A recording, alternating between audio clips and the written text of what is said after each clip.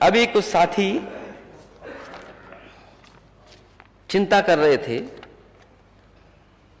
जाति जनगणना को लेकर के। अध्यक्ष महोदय,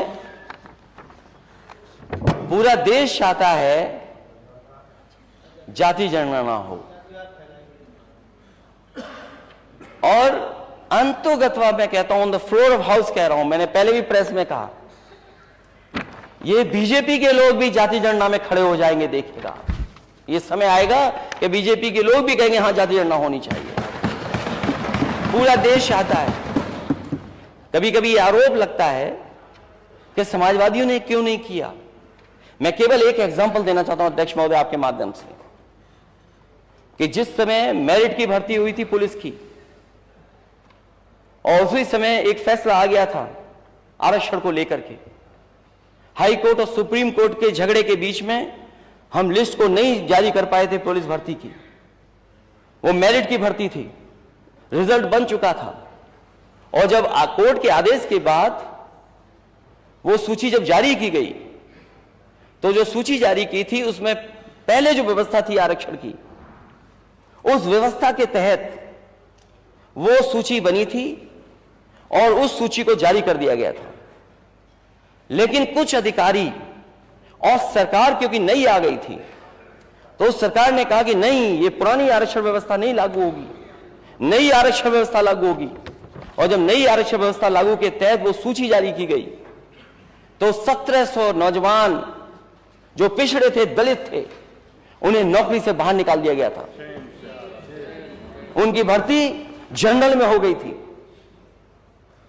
और उन्हें नौकरी से बाहर निकाल दिया गया, ये कहकर के कि अब नई आरक्षण व्यवस्था लागू हो गई। जिन्होंने खुशियां मनाई थी, जिनके घर परिवार के लोगों ने बधाई दी थी, वो 1700 नौजवान नौकरी पाने के बाद, लिस्ट में आने के बाद बाहर निकाल दिए गए थे। जब से ये नई व्यवस्था लागू हुई है आरक्षण की, जो मूल भावना थी मंडल कमीशन से, उससे हम डाइवर्ट हुए हैं, तब से पूरे देश में ये आवाज उठी है कि जाति जनगणना होनी चाहिए, और जाति जनगणना के बाद आबादी के हिसाब से सबको हक और सम्मान मिलना चाहिए।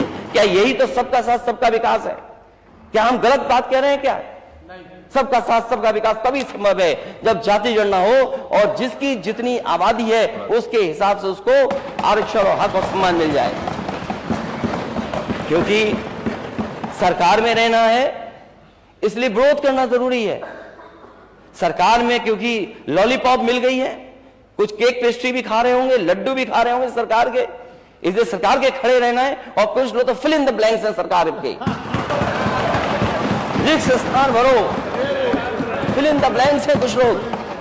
आप पूछ लीजिए जो भी नेता सदन है, हालांकि वो इंजीनियर हैं, मैं आपसे कहूंगा नेता दूसरे दल के हैं, अध्यक्ष महोदय, उन 1700 बच्चों को निकाल के बुलाइए कि क्या उनके साथ गुजरा। और सबसे पहला बच्चा जो नौकरी से निकला था, जो उस आंदोलन को लीड कर रहा था, ये तो सदन से ही चले गए। ये हमारी वजह से नहीं गए होंगे, कुछ कटी पतंग हैं, कटी पतंग। नेता सदन कोई सीट नहीं मिली क्या? या सीट में कम लोग थे या ज्यादा लोग थे?